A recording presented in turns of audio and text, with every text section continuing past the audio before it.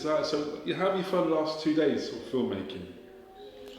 It was really good.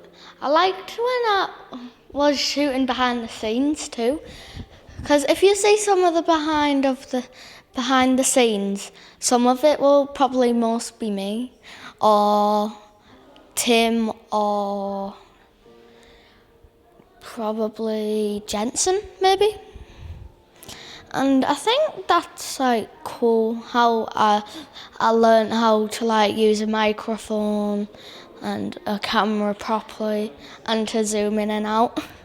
That was the fun bit, zooming in and out, because if you couldn't get away from blurry, that would help you, and that's how I've learned it, by seeing how Dave done it.